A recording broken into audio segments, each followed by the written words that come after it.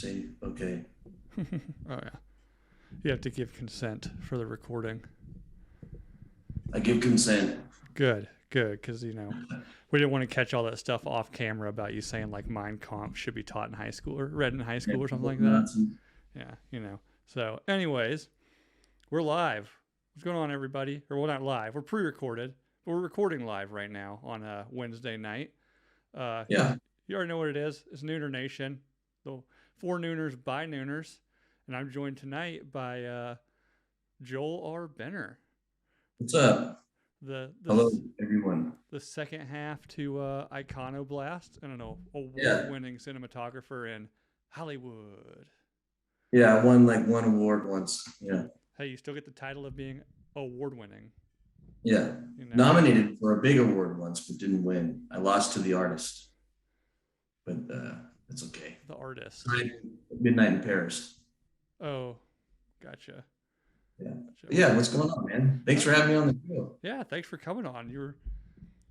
Finally got you on. I've asked a couple times. You just ignore all my DMs, I'm bad at that. Social media is tough, I just like to post pictures and not pay attention.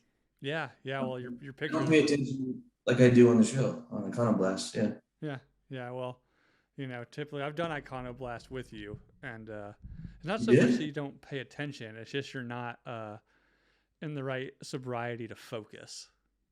True, and I'm not right now as well. Yeah. Well, no, of course not. The episode was good, dude. That was Mike Tyson episode. You wrote it. Yeah, I had a blast on that one. So yeah, thanks for letting me not only be on the show but write it. So yeah, that was sweet. You did a good job. Yeah, it was fun. And we drank the bottle, didn't we? Yeah. I bought a bottle of Maker's Mark, and I think you guys recorded 2 shows that evening, and you guys had drank about half of it during the first show, and then I came on and we finished the other half. There's a lot of references to child sex dolls and what the efficacy of using those. Did you ever decide if that was okay or not? I have not decided. I think still that's unsure. Maybe you have to question. I'm gonna probably be doing having a discussion with Dan Holloway here pretty soon, and I'll see how he feels about that and where that falls in line with his. Oh yeah, I should ask. His list of principles he has. Yeah. I'm sure he's going to have a pretty interesting thought on that one. But I'm glad to say your Ghost Bed sponsorship didn't get canceled after that episode. Yeah, we somehow didn't get canceled after that episode. Yeah. So it also gave confidence because if we could pull that off, then we can say more fucked up shit and we'll be okay. Yeah, just how far is the limit? You push that limit, nothing happens. So what's the next limit? Yeah. What's the next limit? Well, cool, man. So what are you drinking tonight? Actually, I don't know. Can I get a drink? Yeah, go ahead. Who you snapping at? Ooh. Whose lovely hands are those? Well, we're here at the Iconoblast facilities. Oh, what's up? Oh, nice. Putting on a show. For those listening, we got Coop Cooperson and some skivvies in the background. He's doing some editing. Is he? Awesome. So do you guys have you guys got a set getting put together at the new spot? Right now we're sort of sharing the Citizen podcast set. We haven't really found a spot for us. Yeah, but eventually that's why we've been doing audio only episodes, but we'll figure it out soon. We might do it here. We might do it somewhere else. We'll see. Yeah. Where are you guys at now? Yeah, like your place, Cooper's place? This is the official Iconoblast offices. Oh, okay. Yeah. In Austin, Texas. Yeah. Yeah, you guys got like a P.O. box and everything, huh? P.O. box, yeah. It's a real office. It's not Coop's apartment. Yeah, definitely not Coop's apartment. There's probably like an LLC filed for that, and yeah, employees.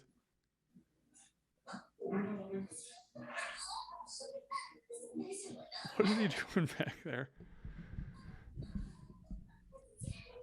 I think he doesn't realize that the headphones aren't plugged in. Nice.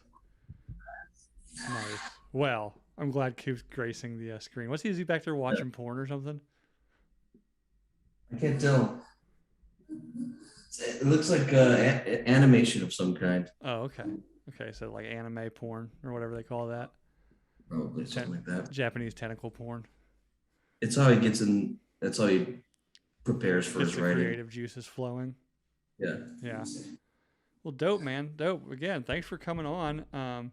Before we get into it, everybody knows the drill. It's a podcast. Go find us on iTunes and Spotify. 5-star rating, leave a review. It goes a long way. And if you're watching on YouTube right now, hit the subscribe button if you haven't already. And if you're listening right now, go to YouTube and subscribe because we got to get those numbers up. Oh, Lord. Coop's opened up the shirt and everything.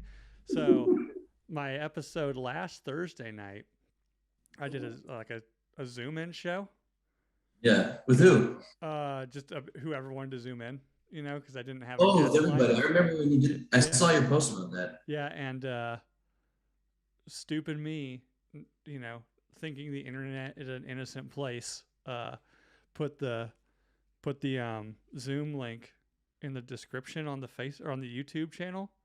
Yeah. So I had a bunch of people, like random people, trying to Zoom in that I didn't recognize. But I thought, hey, maybe I know like one of these people are a listener and I just don't recognize their name. Let's get them on. They were just coming in. Oh yeah, and so I clicked on somebody I didn't recognize, and it just went straight to some dude with massive balls, like naked, punching himself in like his huge nuts. During the show? I mean, like this. Yeah, it's like a video. It's just somebody who somebody found the link on the YouTube channel and decided to try to troll it, and then so it switched from as I'm trying to. Of course, at the same time, the battery in my mouse had died, so I couldn't get him off. I was like scrambling trying to get it off the channel because like live on YouTube, this like naked dude punching himself in the nuts, and then real balls. Oh yeah, I think so, but they're massive. They're like, I don't even know how, like two small bean bags, like overgrown hacky sacks hanging off this dude. just wailing away at him, and then it switched over. I don't understand why you would want to get rid of that. That sounds like that's good content, It would have been great content if it hadn't been on YouTube, They'll get taken down. Oh, yeah, so didn't really want that. And then it went from that dude hitting himself in the nuts to just two fat guys going at it. Fucking? Oh, yeah. That's good. So it was a good show. It was fun. I mean, it was definitely fun. It was interesting, but I had to edit that part out, when I repost it because, again, YouTube, not a big fan of that sort of thing on their channel. If I had a Patreon, maybe I would put it on there, but yeah. So it was live, right? Yeah, it was live.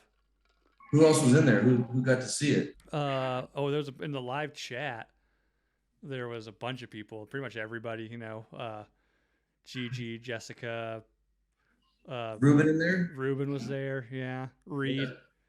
Yeah. Ruben, a good drink. Yeah. Yeah, all the, the usual suspects were all there to witness that. So it was a good time. Definitely a good time. But yeah, so if you're listening and haven't subscribed to the YouTube, you missed out on a fun one last Thursday. So make sure you don't miss out anymore and go subscribe to the YouTube channel.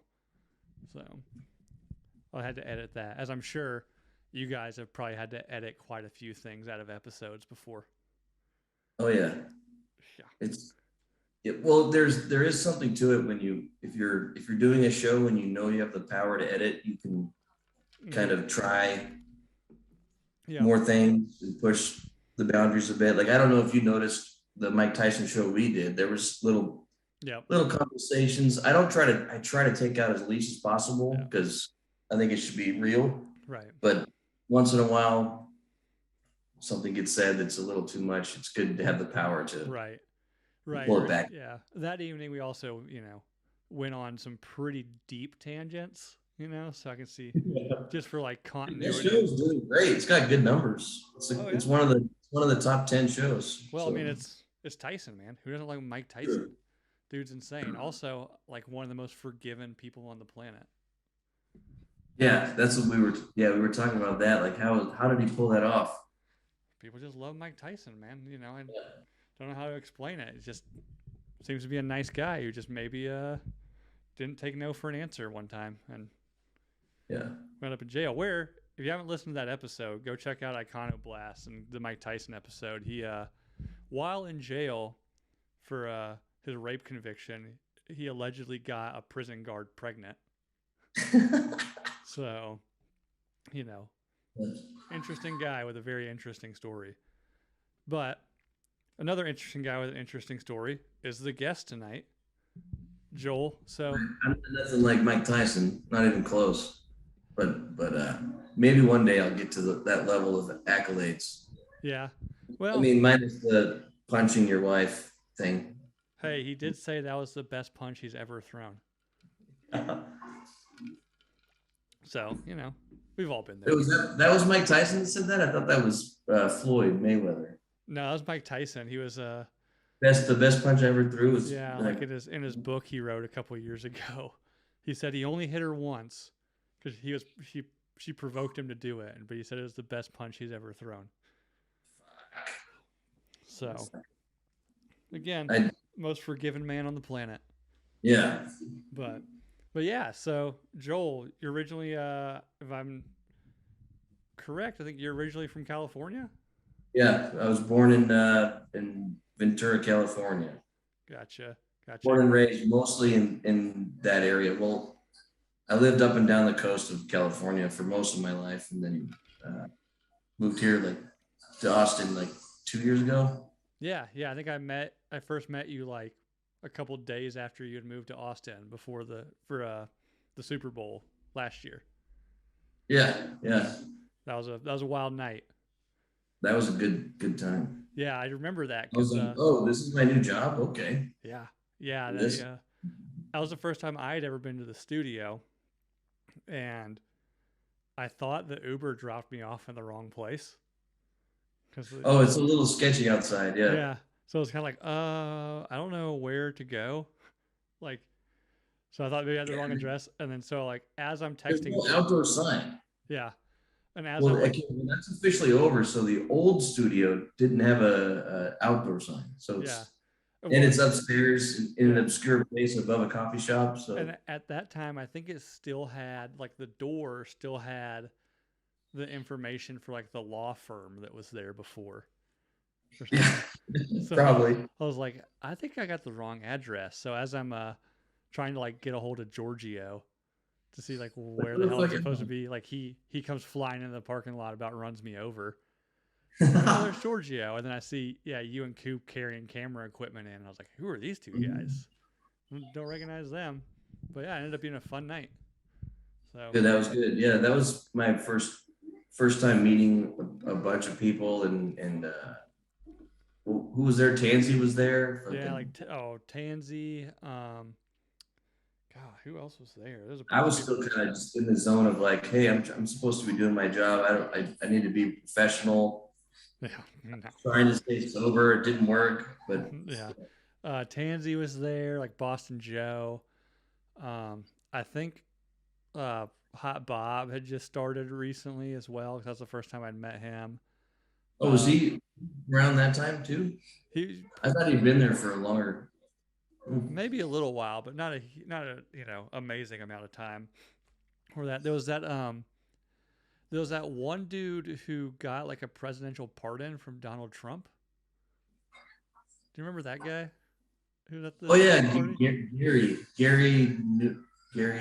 Gary something. Yeah, he's a super nice guy. But when you're first his story, I'd never heard his story before, and so when you first hear somebody's like, oh yeah, I had to get a federal pardon from the president, you're kind of like, whoa, what'd you do? Why?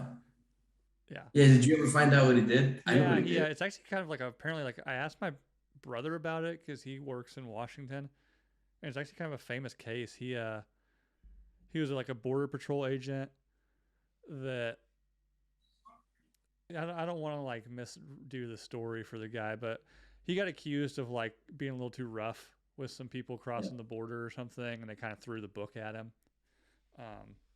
But yeah, go check it out. He was on the show shortly after that, but Yeah, it was a fun night for sure. He came on your show, though. He went on mine. He was on Drinking Bros.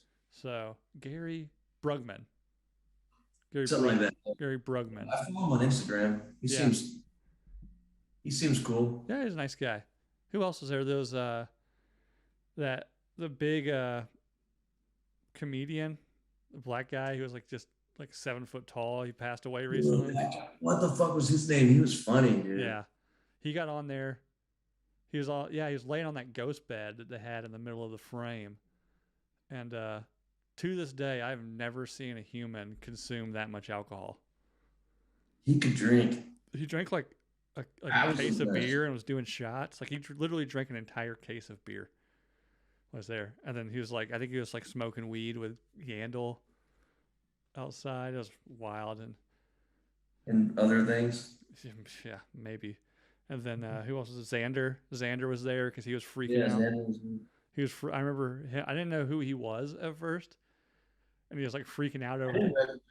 I had pissed him off that night because I had met him using crack and cocaine to get high. That's what you say no. I like Coop's choice of music. Isn't crack and cocaine kind of the same thing though? I don't know. Have you ever done crack? No. No? Me either. I've never done cocaine either, but... Do I need to kick him out of the room? He's still wearing the headphones. I know. Don't know. We'll let it roll. I just hope it's trademarked music. Not wearing... Yeah, so for those listening, Matt Cooper, who's been on the show before, is in the background listening to music with headphones on, but the headphones aren't plugged in. He's also wearing just nothing but some boxer briefs and an unbuttoned pajama shirt, I think, or maybe it's a button down, but taking pulls from a whiskey bottle. But yeah. Hey, at least you hitched your wagon to an interesting life partner, Yeah. This is what I put up with every day. Yeah. I mean, you guys are kind of like a real life Jay and Silent Bob, right? Just heterosexual life partners. Yeah, well, we don't remember the gay parts, so we can still hold we're not gay because we don't remember when we fuck each other. Right. And you also do the no homo, right? So yeah, it's not gay if you don't like it, but when you're lonely, you just fuck each other. Yeah. It happens. So grew up around Ventura, which I believe isn't Aura, who is the patron saintess of the show, Jesse Wiseman. Is from around there? Hey, turn that shit down. Your headphones aren't plugged in. Fuck. Really not? I thought that whole thing was a bit. No, he's just being an asshole. No, fuck. I'm sorry. I'm trying to do a show here. You've been on the show before. No, I know. I'm trying to be a professional. I'm sorry. You're supposed to be doing the next episode, which is Elvis. No, that's what I've been working on this whole time. Yeah, it sounds like it. Idiot. Oh, so you let a little spoiler alert there, huh? Doing some Elvis next. Yeah, Elvis is the next topic. We just did Mayhem Part 2.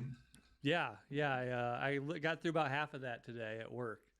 So yeah, it had a crazy response. Our Instagram averages, in 100 likes or 60 likes for a topic, and when we posted that we're doing that, it got 700 something likes out of nowhere. What the fuck?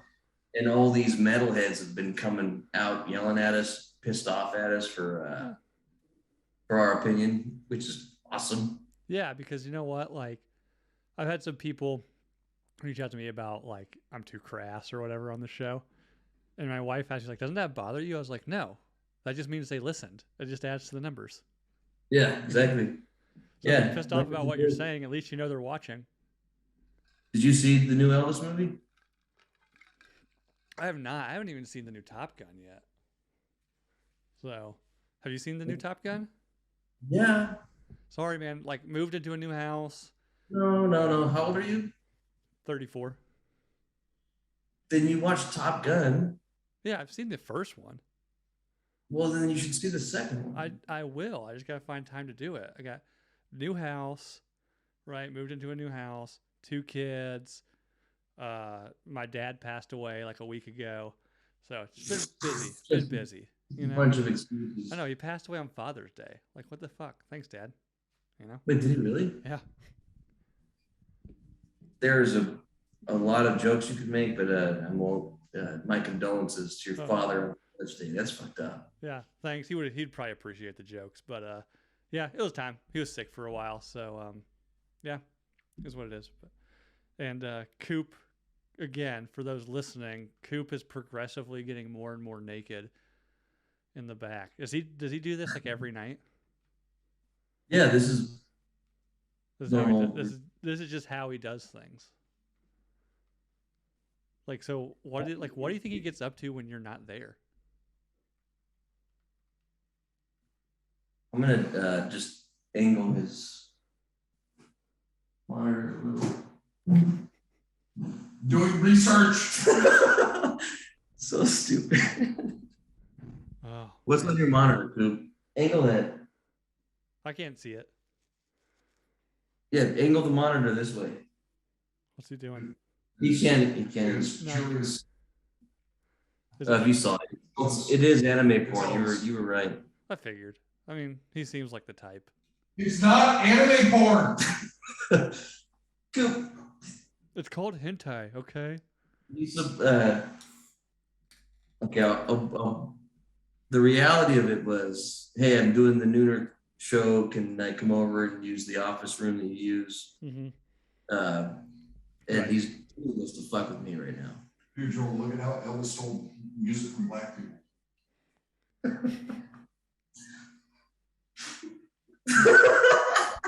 You're such an asshole. Love it. That's a pregnant. Show some respect for this pregnant. That's a pregnant cartoon getting fucked. Okay. Anyway. Coop keeps it classy. That's his thing, huh? Is it? So what do you think? Is he watching it mainly for the pregnancy or the cartoon? Knowing Coop, it's probably the pregnancy. Hey, I think that's kind of a. Or maybe not. I don't know, because he was anti-fucking mermaids all the time. I mean, was he anti-fucking mermaids, or is he just? He's too logical, so he just thinks about it like actually logically instead of just. He's not saying he's against having sex with mermaids. He's saying that it's not possible to have sex. Julius Caesar just pissed all over the place. What? Julius Caesar just pissed all over the place after some dude came inside. Coop, I'm trying to do a show right now. Is that historically accurate? We're doing the Lunar Nation podcast. Yeah. So now he's switched over to Julius Caesar reenactment pornography. No, I'm researching Elvis. Researching Elvis, yeah. Yeah. Who, according to Coop, stole music from black people. So. Which he did do. Yeah. Well, I mean, have you seen the movie? I've not seen Even it yet. in the movie, they're like trying to make it pretend like he didn't, and then even when they tried to hide that he did, you're like, oh, he stole it. Yeah. Well, there's no such thing as original content anymore, so. But back then there was. Maybe, yeah. So, I mean, who specifically did he steal it from? In the movie, it's like a specific. There's like and I don't even why they decided to do this, but there's a scene where there's a woman singing, a black woman singing, "You ain't nothing but a hound dog," at a bar when he's like 10, and he's like, "It's cool," and then he goes and sings it. Okay. He sings it, gyrates his hips without underwear on. The women go crazy. Yeah.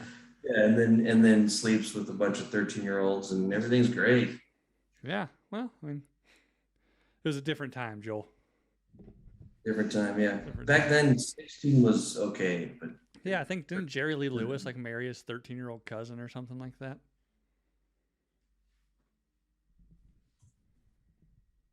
Yeah. Yeah. But I knew the lyrics to Aqua.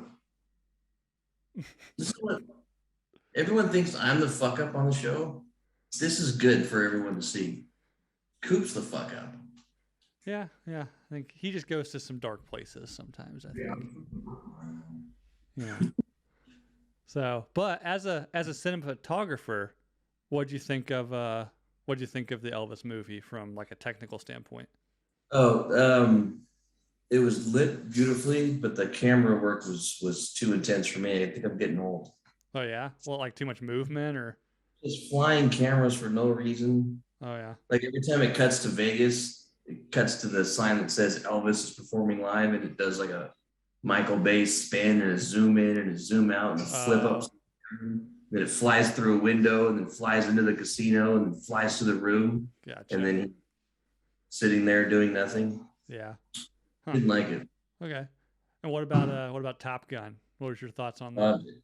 Yeah. Love Top. That's what I keep hearing. I really want to go see it. I'm hoping maybe this week sometime. Yeah, see it in the theater if you can, because there's so much Tom Cruise, he does his best to try to make everything as real as possible. Right. So 95% of the shots are real. Yeah, that's what I heard. Yeah.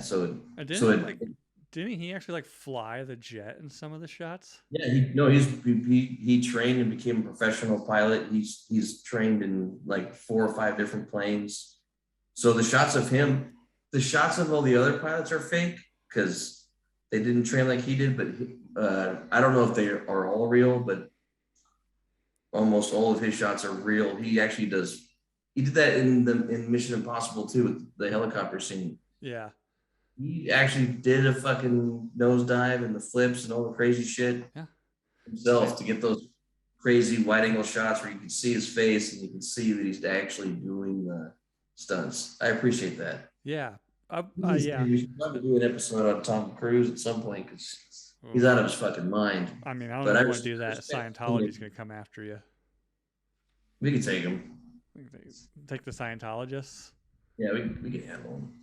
Okay. Yeah, I mean, I don't think a lot of them have guns. Who knows? They have the money to hire people with guns. True. Yeah. So, yeah, Tom Cruise doing his own stunts is definitely pretty respectable. But I also wonder, like, do you think at some point, like when he says, like, I want to fly a fighter jet, the studio's like, okay, but you're paying for your insurance on this movie. Yeah. Like, it's got to be a fortune to insure that dude if he wants to go do like a corkscrew in a helicopter. Yeah, no, it does. And he pays for himself, which is also crazy. He produces all his own movies now, too. Yeah. Well, I assume he'd have to. Like, Paramount's not going to, like, I don't know. How much do you think it would cost to insure Tom Cruise in a movie to fly a fighter jet? From what I can tell, the balance of money structure is almost the same. Like, it costs a shit ton more to get the insurance. Uh-huh. You have to do everything for real, so you need a real plane, etc. But then you don't need to do any CGI. So, like for example, Avatar is full CGI. It costs $600 million, the first one. Yeah. You know? And it was all fake. Yeah. What makes the CGI so expensive? Just the time it takes to do it, to render it all, or time, rendering, hiring the right companies and deadlines. I heard this rumor or a story that like with big movies, Marvel movies and stuff like that, they'll literally hire. That's why the credits are so long. Right. They will hire like fucking every CGI company that exists and give them all one shot to do. And then they get everything CGI'd in like a month. Yeah. Right. But they hire fucking everybody. Right. To do it all at once so they can meet their deadline. And then so they're paying 50 companies to do 200 shots. Yeah. It just adds up. And then those shots suck the first time, and then they do notes, and they have to redo it, and it goes on and on and on. Yeah. When you shoot for real, you shoot it once, maybe twice, 3 times. That's right. Which one was the best? We're done. Yep. Yep. And then you have somebody that knows what they're doing, cut and edit it to take. They probably take like of the 3 shots, they'll cut through and stitch the best parts from all 3 to make one good shot. Yeah, something like that, because it's easy to do that stuff now. But yeah, I think there's something about the reality of something over CGI that's always been appealing to me. Like, for example, even like The Mandalorian. Mm-hmm. There's a lot of CGI, but there's a lot of practical effects. Like Baby Yoda, they did puppetry for that. Yep. He's CGI sometimes, but a lot of the time it's a real puppet. Right. And when you first see it, you're a fucking adult, so you're like, that's a puppet. Right. But because it's there, you like it more. If it was just CGI, you'd be like, that's CGI. Now I don't care. When it's a puppet, even though you know it's a puppet, it's real. Right. I think there's something better. I think it triggers different parts of your brain. I don't know. Oh yeah. I mean, what is that, like the uncanny valley or something like that? A lot of CGI throws people off because even though it might look super realistic, no matter how realistic it is, there's something about CGI that your brain, like people's brains just know, like this isn't real. I don't know what that is. A lot of times, like really, but movies are real. So that's the thing. It's there's something about practical effects, even a shitty puppet, like it. Yeah. There's something more when it's actually there. I don't know. Yeah. Well, at this point, like CGI stuff has gotten like so good that it's too good. Like it's gone from looking so real that it just doesn't look real, if that makes sense. Like your brain's like, this just looks too good. Like, so it's obviously not real. Yeah, they didn't nail. You can't in reality have it be that perfect. Right. I don't know. Some of the deep fake stuff they're doing is pretty good. Yeah. I love the deep fake Tom Cruise Instagram. But I guess the difference between that is deep fake is like you're taking something real and just kind of altering it to look a little different, right? Like the reason why the Tom Cruise guy looks so good is because the guy in real life kind of looks like Tom Cruise already. Right. So I believe that there is a balance between the two. I don't think everything should be practical movies. I'm not fucking from the 70s, but I think the proper amount is a mixture of the two. Like you need the real object there for the acting, for the scene, for the lighting to be real, and then maybe sprinkle a little CGI on the eyes, help the puppet a little bit. Uh-huh. That's the right amount, Right. So like how much CGI should there be in porn? Oh, that'd be cool. Like you can take that beat up vagina and just really tighten it up with CGI. Yeah. Perfect. I'm sure it's probably been done. There's probably been porn done on a green screen, like at a green set, right? And it's like, oh look, like yeah, they're having sex in the Avatar world, wherever that was. Well, there is Avatar porn and there's some Star Wars porn, which is pretty fun. Mm-hmm.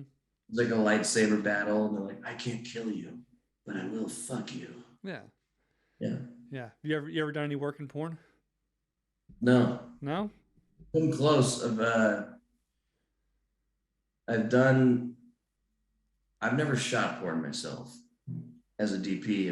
I've never done anything like that, but I did work for a company that had a porn contract. Mm-hmm. So I had to do some porn editing. Yeah. Sort of.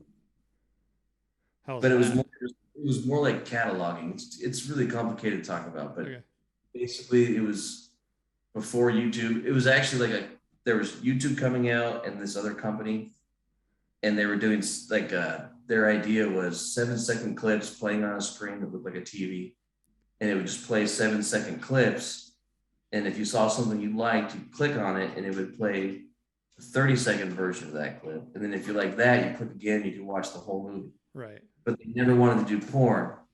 It was all movies and whatever they could get their hands on. And then porn company liked the idea. and we're like, we want to use that patent. We want that. We want to use that technology. Yeah, so they ended up sending over like 5,000 pornos on DVD. Back when DVDs were we had to ingest them, catalog them, and basically hashtag what was happening, so you could build it for a website. But that's as close as I've ever gotten. Yeah. I've heard some people who have worked like not obviously like not in front of the camera, but people like behind the camera and editing. I talked to it was years ago, but I talked to somebody and they had a job for like a year, like editing porn videos.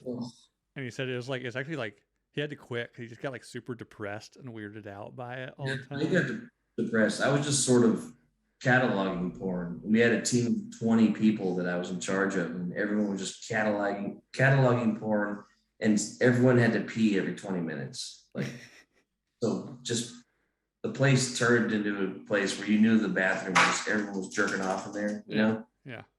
And it's pretty depressing. Yeah. I don't recommend working in porn. Avoid it if you can.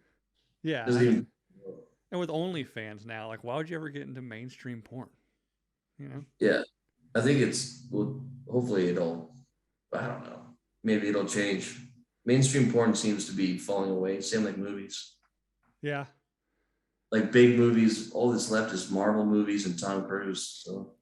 Yeah, well, I mean, I think after the pandemic, I mean, they showed like, even before that happened, like Hollywood and like movie theaters in general, brick and mortar movie theaters seem to be kind of. They were slowing down. But me and my wife, like when we were dating, like, we go see movies all the time. And I love movies. I still love watching movies and I love going to the theater.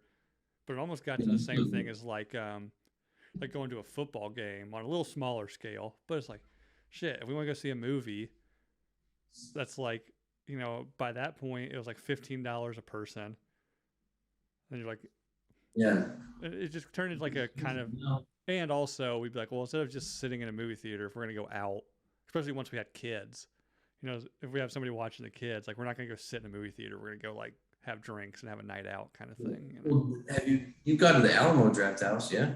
I have not, but there's here in Des Moines, there is a Texas-based theater company that's kind of like that. It's called Flicks Brew House, and it's I know of Alamo, but Flicks is, I mean, it's a theater, but you sit down, you got like a big seat, you have a little table in front of you, and you can, you know, order food, pretty good food, and they have their own beers and stuff there. So need a drink. So we go there quite a bit, and I like his underwear, those H&M. Don't encourage him. Actually, I went and saw the first, well, not the first, but the first of the new Star Wars trilogy there. And I got the time mixed up that I was supposed to meet my friend there to go see it. So I got there an hour early and hung out at the bar drinking. And then it's like a 2.5 hour movie. So I think I ended up drinking like a pitcher of beer during the movie. Fuck yeah. And had to Uber home. And then had to go back the next day and watch the movie again because I didn't remember any of it. Yeah. Like, that one part was pretty good. And that one part I was like, I don't remember any of that, man. Like I blacked out during Star Wars. So yeah, to be honest, when I saw Elvis, I saw it at Alamo Draft House, and you can just order drinks during the film. Yeah. It's cool. Like you just have, I mean, most people know this, but there's just little pieces of paper, yeah, and a little thing. A lot like the place if here. you want, and then you push a button and they come and take it. Yeah. So like halfway through, I was like, this is fucking awful. Just ordering shots. Oh. Got like an $80 fucking bill. Yep. And left grumpy because I didn't like the movie. For the Elvis movie? Yeah, for Elvis. So it turns I don't want to say it sucked. I think a lot of people will like it. He did good. Like Elvis was awesome. Mm-hmm. Like the actor that played Elvis, that's probably how he was. Sort of, except they make him look like he was the perfect boy. Just an angel and a saint and just never did it wrong, you know? Yeah. Well, what's it? It's PG-13, isn't it? Is it? I think so. Yeah, I could see that. Yeah, I don't remember. They don't show any of the drugs. They don't show any of the banging. Yeah, that's I felt the same way about Bohemian Rhapsody. I was like, oh, like that should have been like a hard R. Like, let's see him getting like crazy, but it was like everything like was very just soft edged and At least show them fuck some dudes. yeah, like well they show him like walk through like you know early 80s gay club into the back room, so they kind of alluded to some things. I was like, let's see, like I want to see these people get weird. And yeah, and some of the dialogue and stuff in that movie was a bit too like I don't know, like people Bullshit. yeah, like people don't talk like that. Like so whatever, it's still a decent movie. Remy Malek did a good job as Freddie Mercury, so Yeah, and I don't remember the actor's name, but Elvis, he did a good job as Elvis. But it was fucking 3 hours long. It's a 3 hour movie. oof. Yeah, I think the exact time was 2 hours, 48 minutes or something like that. yeah, that's pretty brutal. And that's kind of how it goes now too, right? Like that's kind of how it goes now. Like an hour and a half, like a 90-minute movie is like short now, True. I'm okay with 2 hours. Yeah, 3 is a bit indulgent unless you've got something really epic, Well, like a for Lord of the example, Rings movie or something. yeah, and not it's cut and shot like a music video. Huh. There's no real scene. There's not a single like full blown scene. Everything is always like fast cuts and going and going and going. For the first 30 minutes, I thought it was an intro. Like I kept being like, okay, the movie's gonna start soon, but I think I'm old. Maybe. Like I think I don't get it. I Yeah. think I'm missing. Well, it sounds like I might wait for that one to come out like on streaming to watch it. Hey, Ross loved it. Ross loved the movie. I'm not talking to you. Did he just say he's coming? He said I'm typing. Oh. Who knows? He's also singing to himself. But Yeah, this is the process. This is how a good writer writes. yeah, I don't know what it looks like he's listening to maybe something from the late 90s. Maybe some, I don't know, like Spice Girls maybe? Maybe, yeah. His dedication to making fun of me is impeccable.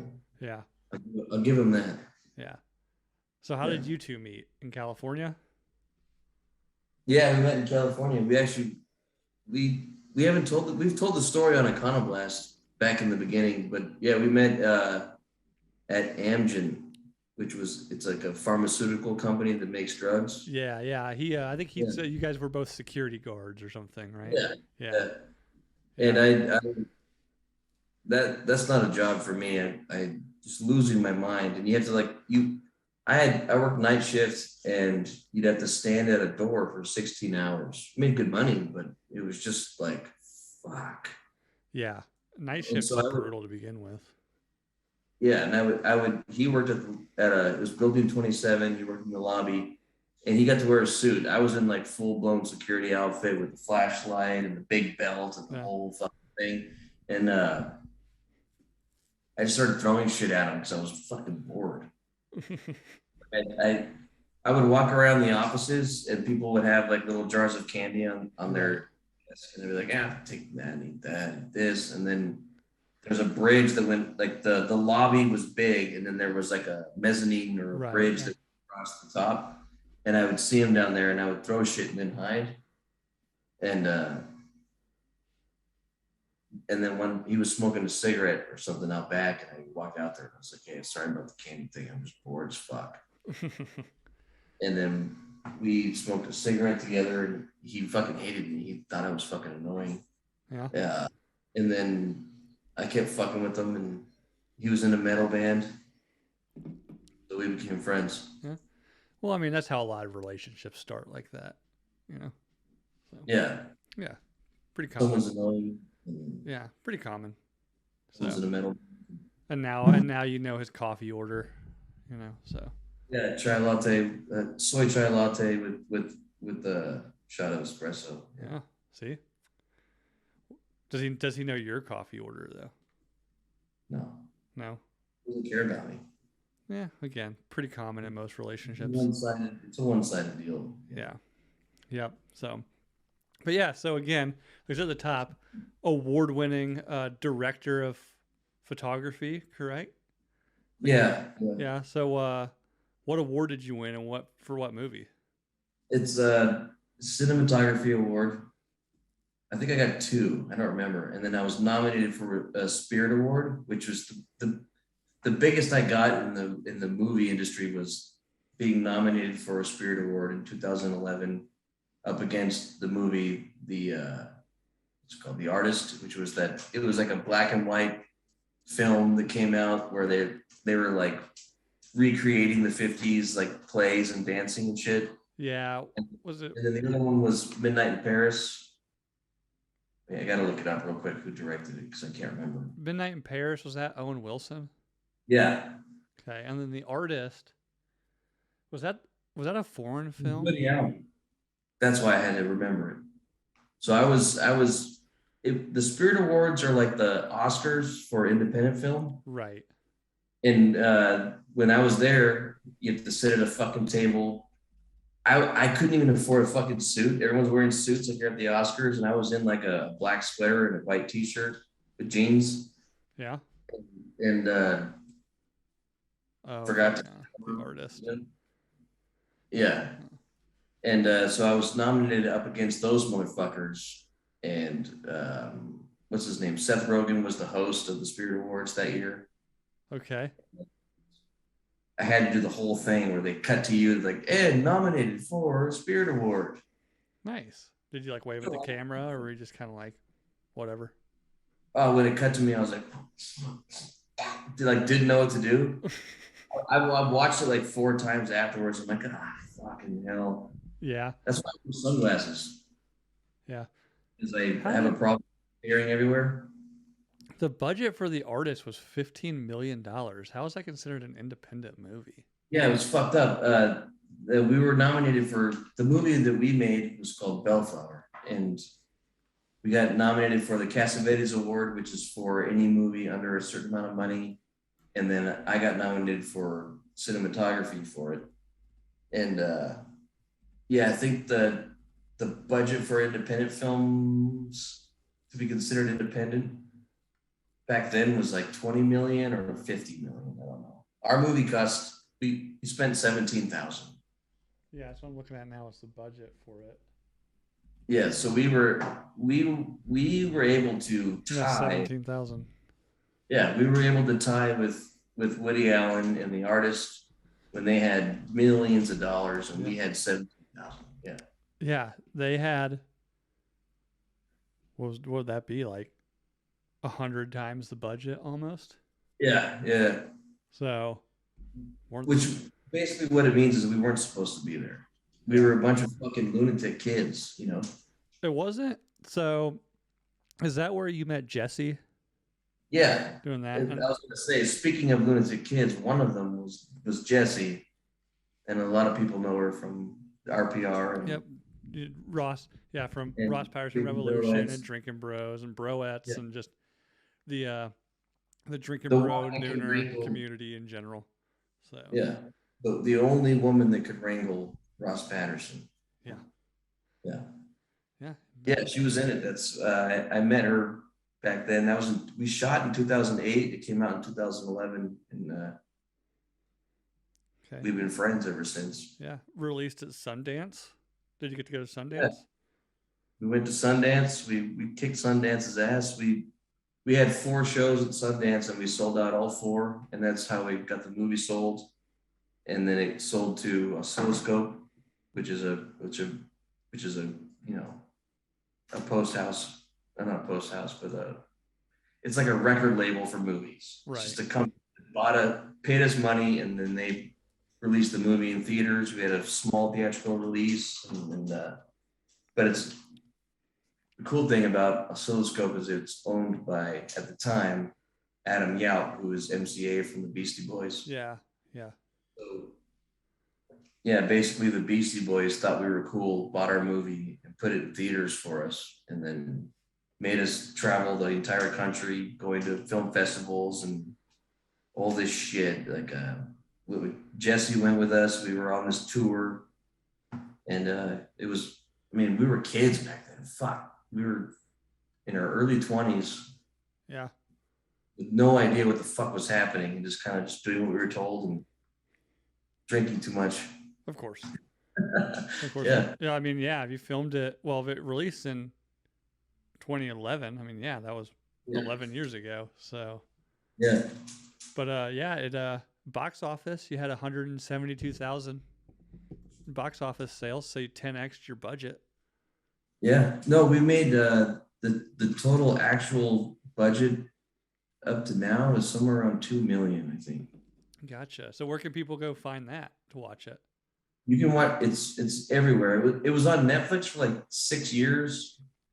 It's not on Netflix anymore, but it's on Amazon. It's everywhere. It's easy to find. Just search Bellflower movie.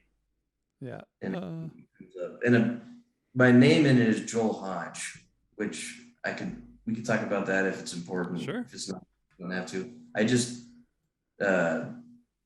changed my name to Benner because it's my father's last name. Okay.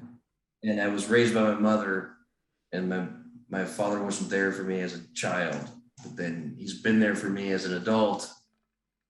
And just out of respect for him manning up and handling shit, for Christmas one year, I was like, all right, I'll take the name.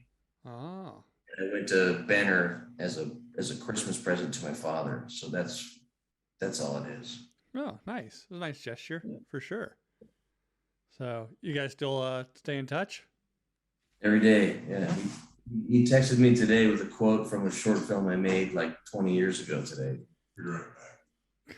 Yeah. Give me a glass of water, Ken. So yeah, for those listening, Coop is literally just in the background down to his underwear. Yeah. And they're not boxers. Let's say that. So. I think they are boxers, but he shoved them up his ass. Yeah, sounds like a Coopish thing to do. Yeah, he's fucking with me. Yeah. Yeah, yeah. But yeah, no, it's actually thanks, man. Thank you. You can say hi. Don't be shy.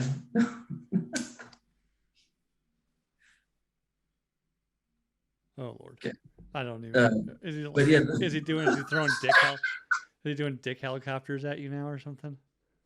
Yeah, he's flashing his nuts at me. Oh, okay. It's off camera to the right, but he's doing. Yeah, I can't have naked male testicles on camera twice in 2 weeks. You know? It already happened. I'm not gonna look. I'm not gonna look. It's fucked up. His underwear is literally shoved up his ass crack as hard as he could get it. I did it for you. Oh, never a dull moment with you two, for sure. Yeah, but the movie, Bellflower.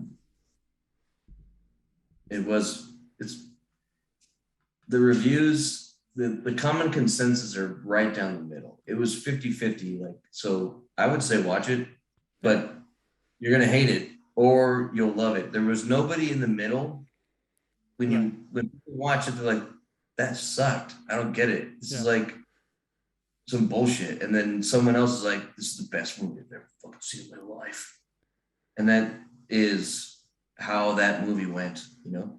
Nice. Yeah, I'll have to, next time I come to Austin, I'll have to bring you, when my brother was in college, him and all his friends shot a movie.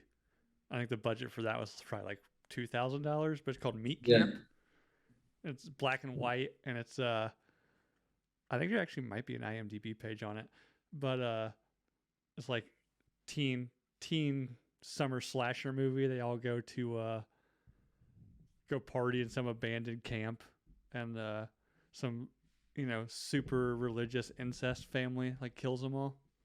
Oh, I like that. So I mean, Yeah, it was interesting. In one scene, the death scene for my brother's character, he's he's getting a blowy from one of the incest ladies and doesn't know it's her, and then she rips his nuts off, and I think they used like raw chicken breasts and cream of mushroom soup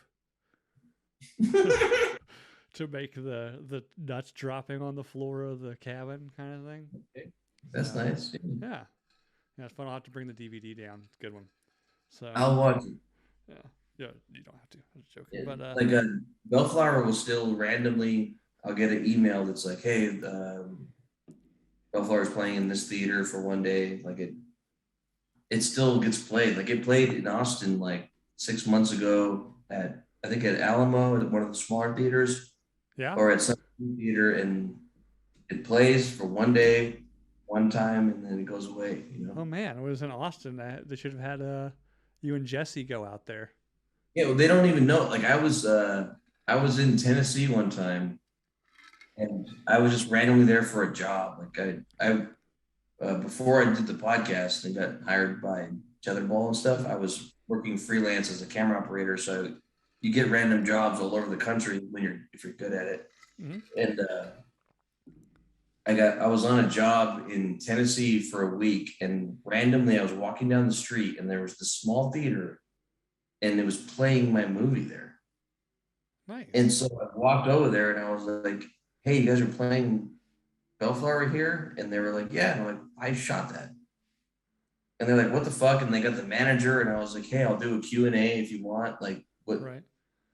Let's work this out." And then I ended up doing a Q&A by myself there because I was there and answered questions, and half the audience was pissed, left. No one gave a shit, but there was like, 8 people that cared and had questions and wanted to know, like, why the fuck did we make this?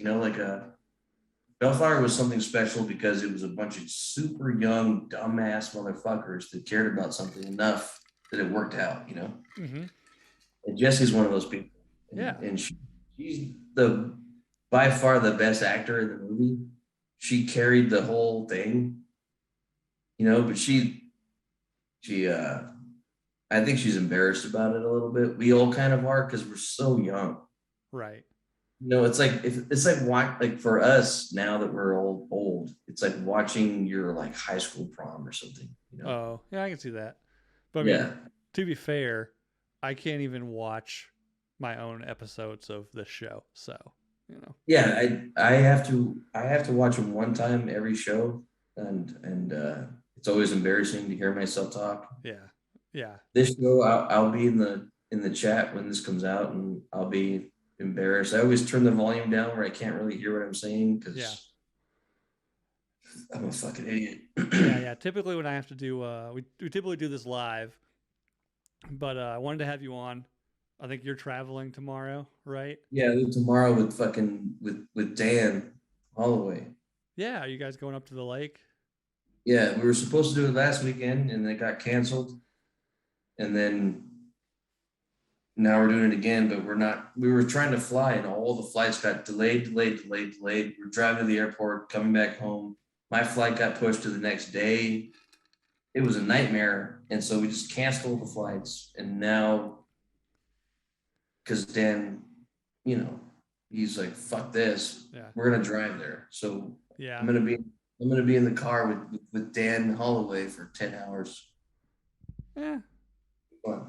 It's either going to be I mean, there's going It's to be a lot of entertaining. things. There's going to probably be, I'm assuming, a lot of silence. Dan has extreme road rage. Oh yeah, I've been in a car with Dan before. Yeah. So it'll be no talking, and then violent driving and violent cussing. Oh yeah. Extremeness, calmness. I mean, what's the over under? How many times do you think he's going to call somebody a cunt in traffic in 10 hours? Twice an hour minimum. Yeah, we might have to Twice an hour. Maybe Well, it depends on who's driving though. There's a driving schedule. Like I want to drive, so if I can get behind the wheel, it might be real calm. Yeah. If I can get Dan in the back seat, Yeah. Fucked up on some drugs. Yeah. Give him some shrooms or Could something, be, or yeah, or could be just a smooth sail, you know? or tell him it's like whatever, but it's actually just like melatonin tablets. So he just falls asleep in the back. Yeah. Oh, no, I would never lie to him. Probably a decent thing for your own well-being, you know. Yeah, yeah. So, no, Dan's actually awesome. I like Dan a lot. So we were actually Brittany invited us down because we were only about 5 hours from where they boat. Oh yeah. Yeah. So Brittany invited us down. Just last weekend wasn't going to work because of just everything going on, and then this weekend we're actually leaving for Florida. We're going to the beach for all of next week. So with the fam, which is going to be a well-needed vacation. We might have saw each other this weekend if I know. I was kind of excited. We were really trying to make it down last weekend. I mean, I guess it's a good thing it didn't work out because it didn't work out for you guys. We just like sitting and chilling in an Airbnb in Lake of the Ozarks with nothing to do. Sucked. I felt bad for Brittany because it was her birthday weekend, you know. And we were going to her spot. Yeah. And my lady was in town, and she was excited to show her all this cool American shit, you know. Oh, yeah. And then it just didn't happen because all the flights got canceled. Yeah. My girl just flew back yesterday, 2 days ago now. And the same shit happened to her. She got delays. Her layover got canceled, and she was stuck in Amsterdam for like 25 hours. Wow. Well, heading back to, I guess, yeah, for some people that don't know, your girlfriend lives in Prague. She lives in Prague. Yeah. Prague. So is she Czech? Yes. Okay. Yeah. So, and she was over here for a couple months, right, for school? She was here for 3 months, yeah, which was awesome. Yeah. Is she you gonna go over there sometime soon? Yeah, the next time that I can get away from work, it will be in Prague. But yeah. I've been overstepping my bounds on the time off, so I need to put in some work first before I can do it again. Yeah, you got to put in some hours before you can get some time off. I know that feeling. I've been a naughty boy lately. Yeah. Yeah, I can see that. And also, if you've ever heard of, you know, anybody listening, if you've ever heard Ross's opinion on time off, it's not very liberal. Let's say that. Yeah. He's not a time off kind of guy. Yeah. I think a couple of years ago, like Jesse ended up forcing him to take a vacation, and he was like not happy about it. Yeah, and Ross is. I look up to Ross. He's a fan of. Well, he's very tall, so. He was a fan of Bellflower. Yeah, I think that's how he ended up finding Jesse, right? He hired Jesse to be on a film he was making, and they fell in love. Yep. Yeah, 50K and a Call Girl. Yeah. Great movie. I've seen it. Yeah. Yeah. So I think he has respect for me because he loved that movie, and then I work my ass off when I'm working. Yeah. And then I take some time off, and he's like, "This motherfucker," you know. And then I got to come back and do the work and make up the time, and then. I think you're all right. Ross probably motherfucks most people, so like I won't worry too much about that, you know. Yeah. I think Hot Bob's house was like flooding one day. We had to go take care of that, and you know Ross is like taking time off because his house is flooding. No, dude, Ross is a tank, dude. I've never seen anyone work as hard as Ross works. Well, I mean, like, here's the thing. He took like 6 weeks off, you know. So. Oh yeah, when he was dying, quote unquote. Yeah, you know, he was. I'm pretty sure he was shooting the new guy too. So he still looks weird since then. He's got a deformed body now. Yeah, like a little. Yeah, he's a little smaller. He just looks like a. Can you say retarded still? Retarded. He looks retarded now. Yeah, like he's got small arms and they're short. They shrunk. He's got a big chest and these tiny arms, and he walks funny now. He's all fucked up. Yeah, well, from his 6-week vacation. Yeah, you know, spend 3 months asleep on a vacation. You know, it's gonna mess with your body. I'm kidding. Ross can be a pain in the ass. He's a loud man, but he's a hard fucking worker, and he gets shit done for sure. So yeah, I can't help but look up to him. yeah. Same with Jesse, Dan, and Ross. Those guys they're doing good shit. Yeah. Oh yeah. Yeah, for sure. I mean, we love them. That's why I started this fucking podcast. I've got so many people that Yeah. just love them so much. Can't get them on. But We when Jesse hit us up, me and Coop, like, hey, let's do this podcast, and I was still trying to make movies, and COVID had happened, and she was just like, dude, maybe this is what you should do. mm-hmm. And my respect for her got us out here. And after I was there for a month, and I was like, all right, these motherfuckers are crazy. Oh yeah. They're doing something unique, something fucking weird, and they also don't give a fuck about what anyone has to say. Right. Yeah. Yeah. I mean, they definitely are. They don't give a fuck about being Coop for some reason, and it means a lot, and it's fucking badass. Oh, dude, they give a fuck about a lot of people, and they definitely are the definition of work hard, play hard, right? Like they definitely work their asses off, but they have fun while they're doing it, So Yeah, there's that. But yeah, they're great people. I love all of them. So, but yeah, so you started the podcast, yeah. So Iconoblast. I know we've had Coop on before, but you guys just kind of break down historical figures, and you've done some things right before, like not a single person events in history, things like that, right? So for anybody that doesn't know, like what do you guys like Iconoblast Podcast? Give us the pitch on that. The show is we try to dig into specific topics. It could be anything, it could be a person, place, or thing. Mm-hmm. And we need to do more places. We've only done one place, the Hotel Cecil. Yeah, in LA. Crazy place in LA where like suicide hotel. So many suicides and murders and murderers have stayed there. It's a good episode. But yeah, Coop was the one that started all this shit. Coop was obsessed. He's obsessed about history. Yeah. And he had this drive and this energy to he just wanted to talk about the reality behind a bunch of bullshit, basically, like rumors and people. When someone gets popular or famous, they just kind of can hide everything that's wrong about them. Right. Yeah. And Coop had this obsession about being like, we should break that down. Yeah. Yeah. And definitely. Then, yeah. To that point, I think it's kind of almost. There's people and events and places in history that almost achieve like a hero status among people. Yeah.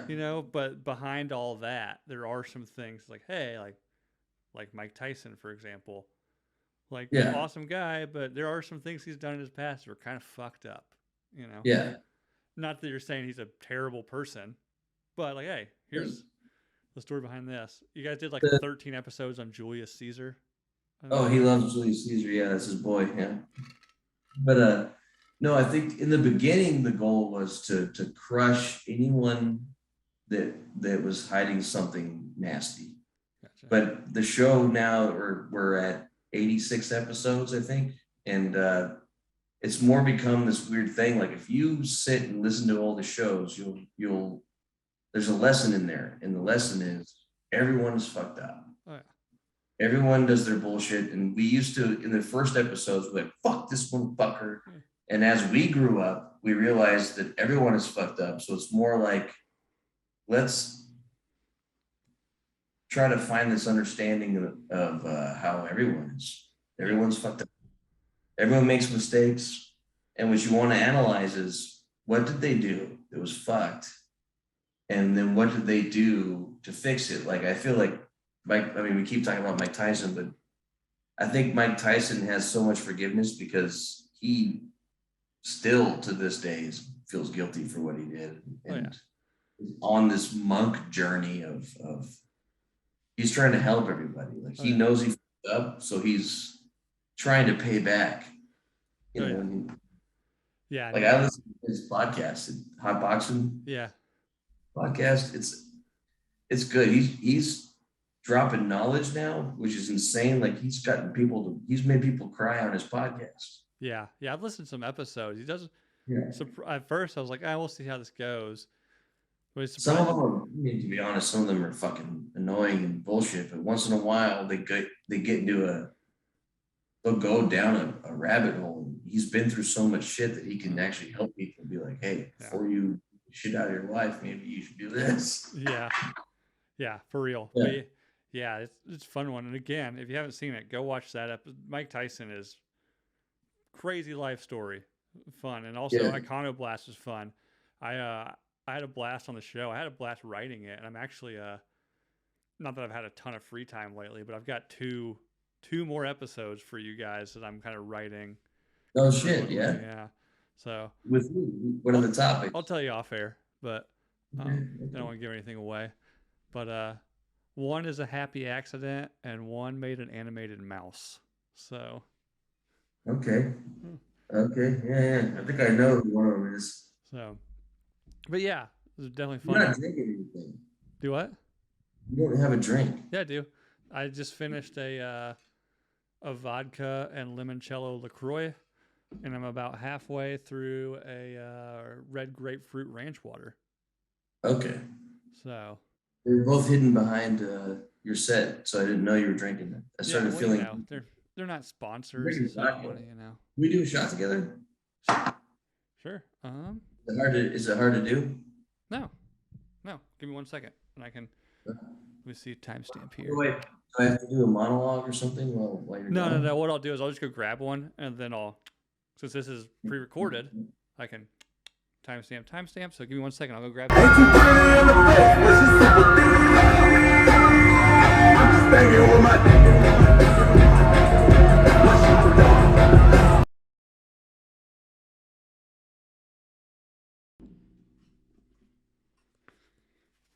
All right, back.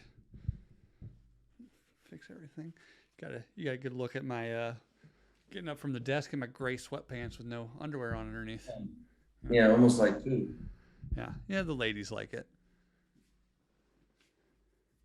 I texted him to come do a shot with us. We'll see if he does it.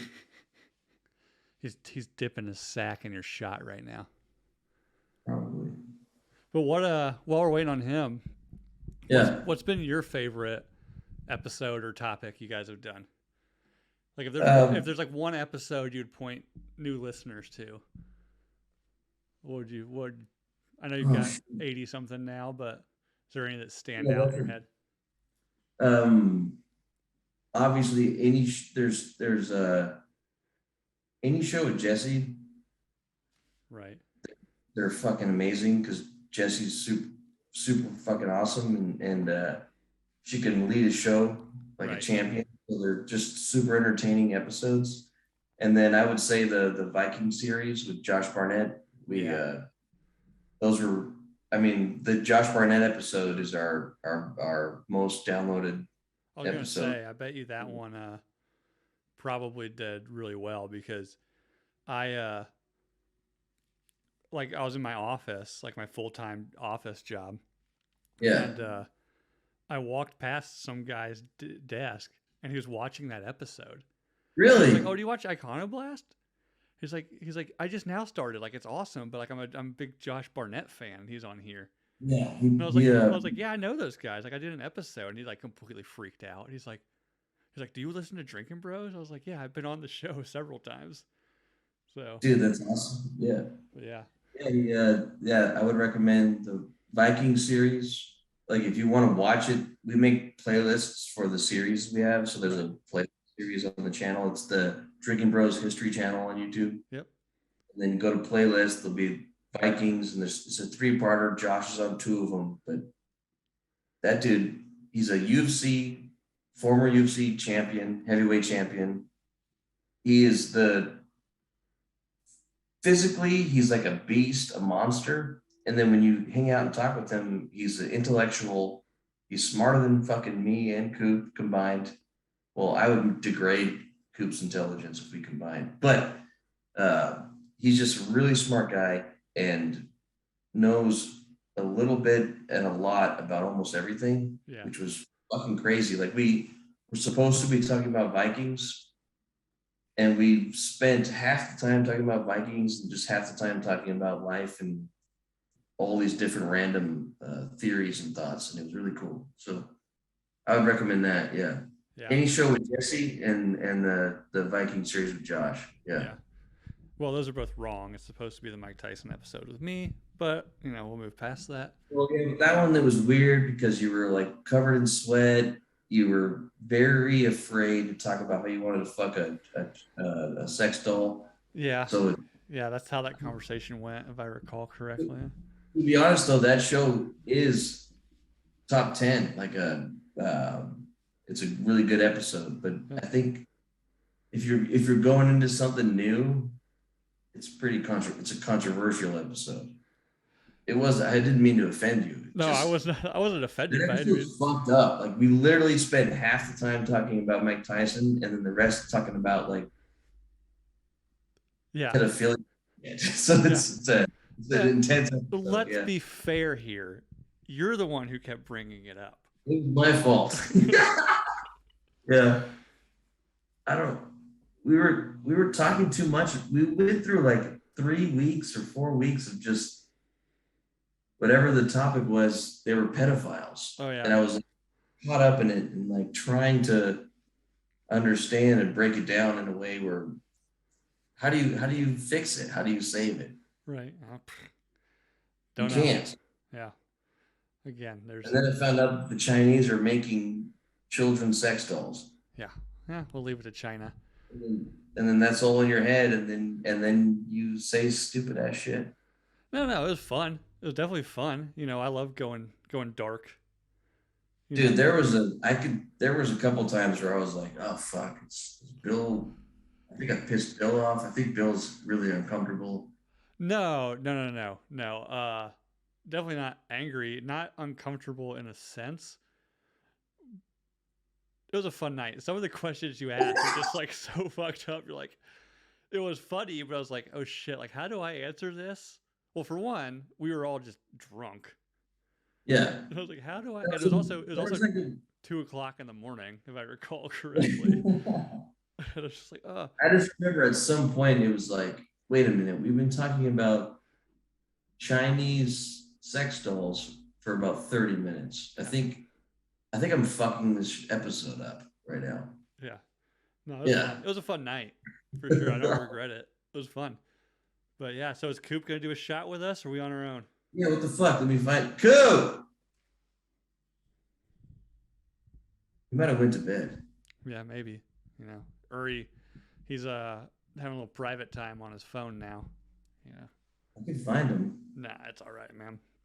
I'm on the laptop. I can carry the laptop around the house. Oh, I don't know if we need to. You don't need to walk in on what he's doing right now. I don't think. Yeah, he was watching a lot of anime porn. Yeah, weird, right? So, what's your? You go down. You an anime porn guy or? I've watched it, but it doesn't. It doesn't do the trick for me. Yeah. You know? What's your typical go-to? I like. Or are you like just a thumbnail scroller? Petite is my search. Petite? Yeah, I go petite. I like small. Yeah. Yeah, but older. I like older. Well, obviously. Yeah. I'm into older women, but I want them to be tiny. So it's tiny older women. So anybody listening to this is a tiny older woman. Yeah, well, you're a taken man now, so. True. Yes. Unless I don't know what your arrangement is with your girl, but No, we are very much connected. Yeah. Monogamous. Oh, yeah. Yeah. How'd you meet her, by the way? I've always wondered that. That was just through Instagram. She was actually she hates when I say this because she thinks that it belittles the power of the relationship. But no, she was a fan of the movie. Oh, okay. Jesse Bellflower, and I was in a 9-year relationship. I had just gone through a breakup with that, and I was kind of just lost and reminiscing Right. and searched the hashtag on Instagram, Bellflower movie. Uh-huh.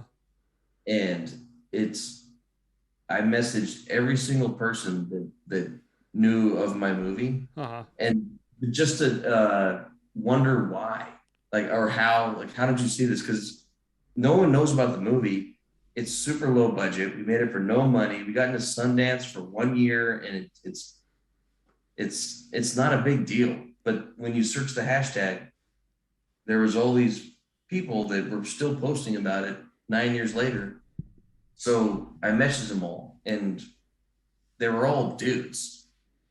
There was like 2 females and like 25 men. And I sat there one night drunk, and I messaged all of them and just asked them, like, hey, I shot this movie. I was just wondering how you found it. Because they were all over the world, and they were all in these different places. And half of them replied, half of them didn't, and talked to all of them. And she was one of them that replied, and it started the conversation. And then she was going through a breakup at the same fucking time. So, and she lived on the other side of the planet, and sort of I to her. So we just all of a sudden just vented all our bullshit. Because I'm like, I'm never gonna see this fucking bitch. Right. Yeah. I'm gonna see her. I did this and I fucked up, and she thought the same. She was like, fuck this guy. I can tell him everything. So we like accidentally exposed ourselves, all our negative stuff and all the bullshit right out the gate, because I never thought I would see it. And then COVID started. Yeah. And I was working full time as a filmmaker, and then that shit shut down. Yeah. And I just was like, what the fuck do I do? What the fuck do I do? And I searched, where can I fly? Uh-huh. It wasn't even about her. I was like, where can I fly to? And the only country in the world that was still open during COVID was Istanbul. Oh, nice. Yeah, Turkey. Turkey, yeah. And so I bought a ticket and was like, I'm going here. And then so she bought a ticket and she met me there. Awesome. Yeah, and it was just completely random, and I feel like there was some weird thing where we were so open in the beginning, which is not cool, because we never would meet. We had this understanding of each other, and then we met in Istanbul on the other side of the planet, and it was. Look at that, Bellflower changing lives. Yeah, we were fucked ever since. Now we're depressed, and I've been drunk for 3 days straight because she left 3 days ago, and I'm miserable. Yeah, it can be rough. I was that way. Last time I went to Austin, it was one of those things like I stayed like 1 day too long, so. You missed your family? Yeah, that last day I was kind of in a weird funk. It's like, ugh. So yeah, it happens. But yeah, maybe we need to do like a Patreon watch along of Bellflower sometime. We could do that. Oh. Jesse wouldn't like that. Well, she won't know. We won't tell her yet. Why wouldn't she like that? Is it a? Well, it's a graphic film. Yeah, I was about to say, was there a? So when I watched 50K and a Call Girl, it was somewhat recently. Like I had already met Jesse before that and spoken to them for a while, and then I watched 50K and a Call Girl, and there's like one scene with her, and I was like, oh, this is awkward. Like, do I look away? Do I need to look away? Bellflower starts out as like this romantic love story, and then it transitions to like a complete horror film that's super violent with flamethrowers and knives and weapons and shit, and like she gets like brutally attacked at the end. Oh, huh. And I just think she doesn't. It affects people. The people that don't like it don't give a shit, but the people that like the movie, it kind of changes your opinion. She's the villain. Oh. In the movie. Gotcha. But I think that wow, spoilers, Joel. Yeah, so that is kind of a spoiler, but yeah, she's the villain. So so I don't know. Yeah, we'll have to do a watch along and just not tell her. We'll ask for forgiveness instead of permission. That's the way to do it. Or she just will never talk to me again, so that's fine. She'll still talk no, to me. She doesn't. We She doesn't care that much. So, But well, all right, man. So before we get off of here, we'll plug your stuff and we'll do a shot and say goodnight. Where can all right. everybody find you? Yeah, you can follow me on Instagram at Joel R. Benner and listen to the podcast. That's more important. We have an Instagram. It's at Iconoblast Podcast. We're on Spotify, iTunes, all that bullshit. And we just try to tell the truth about a bunch of crazy, fucked up people. And it's two best friends. It's half a history show, half a fucking around show. We drink and talk about history and we try to have a good time. And we're always in we do a premiere on YouTube and we do a live chat and we're always in there. And it's not just a podcast. We consider it all of our bros and our friends, and it's a family community there. Yep. And it's a lot of fun. Like we've got the weirdest barrage of people in the chat. Oh yeah. It's like we have friends, we have family, we have people we've never met. There's teachers in there now, like straight up teachers that had nothing to do with drinking bros or anything. They're just teachers. And there's students and there's fucking veterans and there's people from California because that's where we're from, and there's people from Texas. And yeah, it's a good community. It's a good time. That's all. Yeah, definitely dope. And I will say anything within kind of the Tetherball Drinking Bros umbrella. If you can ever catch a live chat ever, it's a good time. That's why I do. That's why I try to do my show live most of the time. Originally, I wasn't going to. I was going to have it be pre-recorded interviews. Yeah. But part of the whole Nooner thing with RPR came from the live chat, right? So I was like, I need to honor that and have the live chat. I was all through COVID. They went to they were doing 5 days a week. Yeah. And I was listening to every show, and I only watched the YouTube once in a while, but I would see the chat. I never talked. Yeah. Ever, but I listened to every episode during COVID of RPR. Yeah. And I could hear him talking to people in the chat. You could hear it, but I was never in the chat to actually see it. And then once we moved here and became part of the network, I realized how important the chat is. It's like, for people that don't know what that is, it's really hard to explain it. Yeah, it become almost a not a character, but almost the chat as a whole has become almost like a co-host of a lot of the shows. Like it's an entity within the show. There's been people in the chat that are like, "Fuck, tomorrow on my way to work, I'm going to listen to the show because all I did was talk in the chat." Yeah, I've done that many times. So and I love that. I think that's fucking awesome. I love the community stuff, and I always want to be a part of it. Yeah, man, definitely love having you guys part of the community now. And again, dude, thanks for coming on. I hope I didn't fuck up your show. I don't know if it was even entertaining at all because I'm not a very good.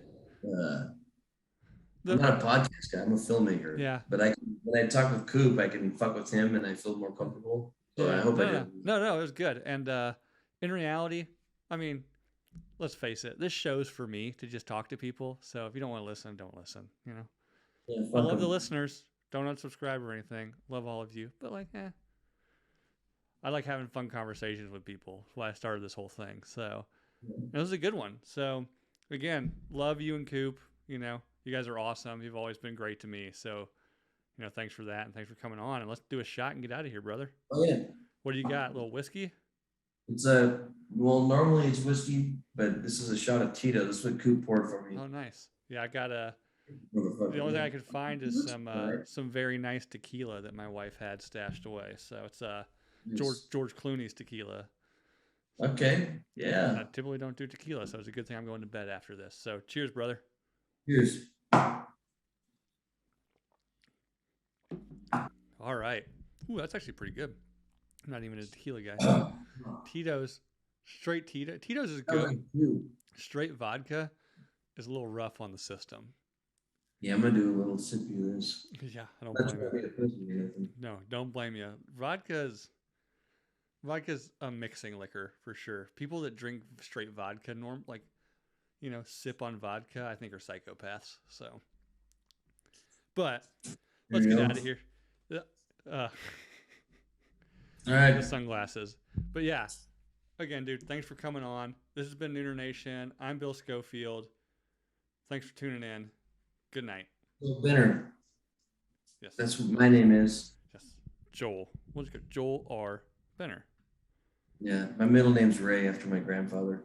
Nice. So yeah, again, check out Iconoblast, like, subscribe on YouTube, hit all the stuff on iTunes. We're gonna get out of here. Love you guys. Good night.